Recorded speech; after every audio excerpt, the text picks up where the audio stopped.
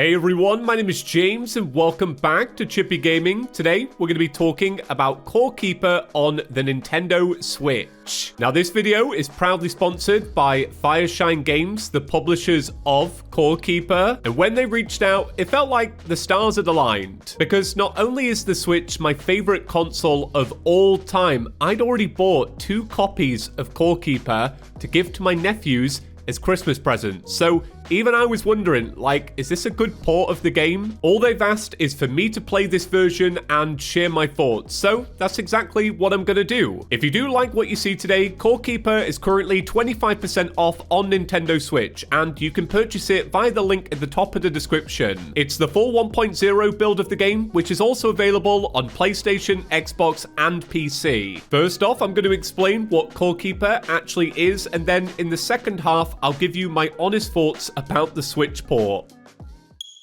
So first off then, what exactly is Core Keeper? Well, Core Keeper is a mining sandbox game that can be played on your own or with up to 8 people. Although multiplayer maxes out at 4 players on Switch exclusively. You start the game by making a new character and deciding what background you'll have, and you learn through a cutscene that you're an explorer that stumbled across a core, and upon touching it, you end up in the caves of Core Keeper.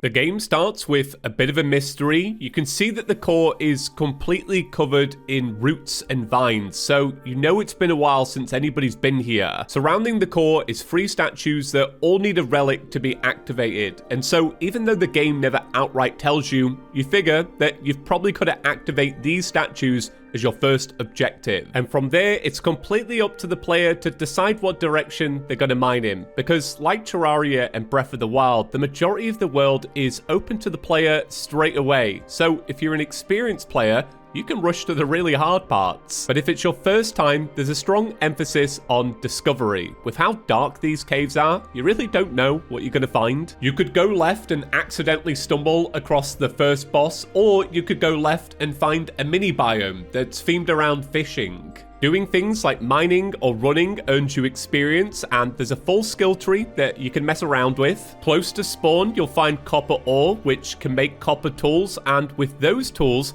you can start to go further out and experience harder biomes with harder enemies, but also better ore, which can then be made into better tools. Now, when it comes to combat, you've got great swords, short swords, you've got bows, slingshots, mage weapons, you've got summons that you can spawn. You can also have a permanent pet that will deal damage that gains experience over time. Eventually, though, you'll probably stumble across the first boss in the game, and that's Glurch. Once you're all ready to take on Glurch, if you're successful, you'll get the first relic, which you can then place inside one of the statues at spawn. As a reward for doing that, you unlock 2 new crafting recipes, and these are scanners which will show you where the other 2 bosses can be found. And this brings me to one of my favorite parts about Core Keeper. If you do a lot of exploring, you might not need those scanners. At its core though, that's the loop of Core Keeper. You head out further and further from spawn to discover new parts of the world and new bosses. You gear up for those bosses and hopefully take them down. Between boss fights though, that's when you can start interacting with some of the other elements the game has to offer. For example, you can set up a farm and craft buffs and potions. There's animals that you can raise.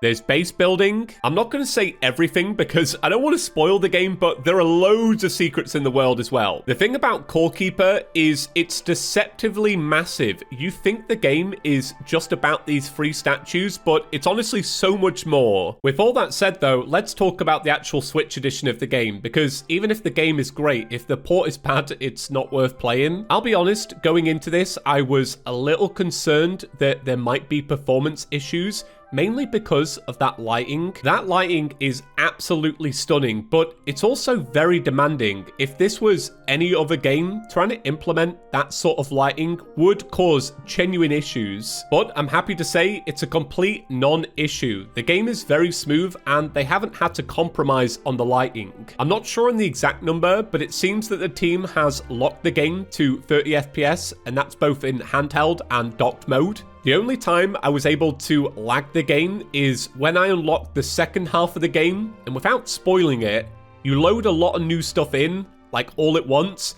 I had a little bit of lag for like, I don't know, 5 seconds, and then it went away. And then it's been 30 FPS other than that. They also implemented HD Rumble, which I think they gave a lot of love to. It feels a little bit better than just traditional controller rumble. And I actually think it adds to the game because, for example, glitch could be found by looking for screen shake, or you can feel the rumble in the controller as it's bouncing around. I also want to quickly talk about update support because last night the game was updated to version 1.0.1. Now that's the first minor update to the game that launched on PC, and that was less than 2 weeks ago. And although it's a small update, it's good to know that the turnaround time from a PC update to a console update was not long at all. And that update came out on Xbox, PlayStation, and Switch, so it's not like they're splitting platforms. As I mentioned earlier, Core Keeper is deceptively massive. How Long to Beat actually has the game at around 30.5 hours to just beat the main story. Now that 30 hours isn't just taking down bosses, it's more like 25 hours of farming, mining, building bases. Because things in the game take real time, like for example, if you put some ore in a furnace, it doesn't just smelt straight away.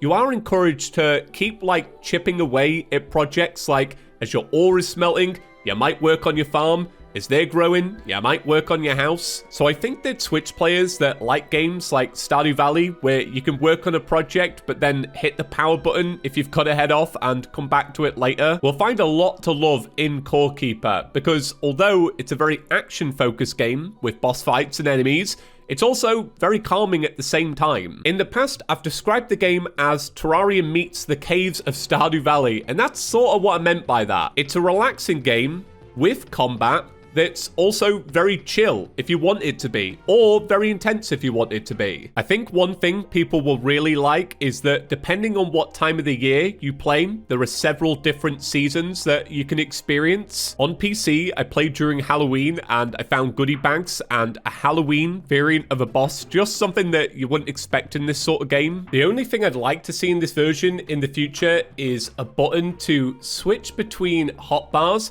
kind of like how Stardew Valley does it, so that you can quickly access some of the other things that are in your backpack. But that's also not a feature on PC, so it's more of a design choice that I've got a problem with. I think if you decide to pick the game up on Switch, you're gonna have a really wonderful time, and I really hope you enjoy it. Thank you so much to Fireshine Games for sponsoring this video. It's been a real pleasure replaying the game on Nintendo Switch. Remember, if you do want to purchase the game, it's currently 25% off, and you can buy it via the link at the top of the description. Thanks for watching, and I'll see you in the next one.